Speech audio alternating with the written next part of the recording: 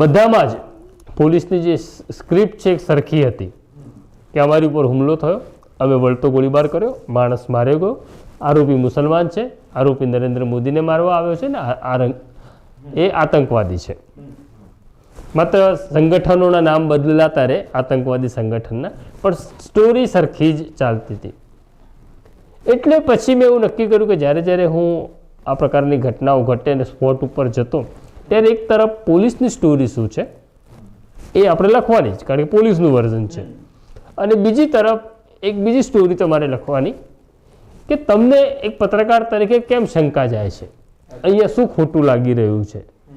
તો એ પ્રકારની મેં જ્યારે શરૂઆત કરી ત્યારે સ્વાભાવિક છે પોલીસ અધિકારીઓને આ ગમે એવો વિષય નહોતો.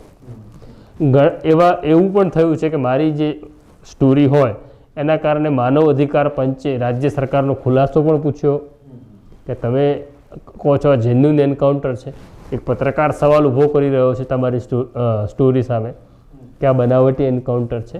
તો નારાજ થવું એ બહુ સ્વાભાવિક પ્રક્રિયા હતી, અને ખાલી પોલીસ અધિકારીઓ નારાજ થયા એવું નહીં, અમિત શાહ પણ નારાજ હતા મારાથી.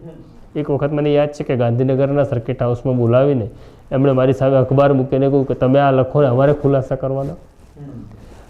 એમનું નારાજ થવું ત્યારે કદાચ મને પણ ખરાબ લાગતું હતું, પણ આજે આટલા વર્ષો પછી એવું લાગે છે કે મારું કામ કોઈને રાજી કરવાનું નહોતું, કોઈને દુઃખી કરવાનું નહોતું.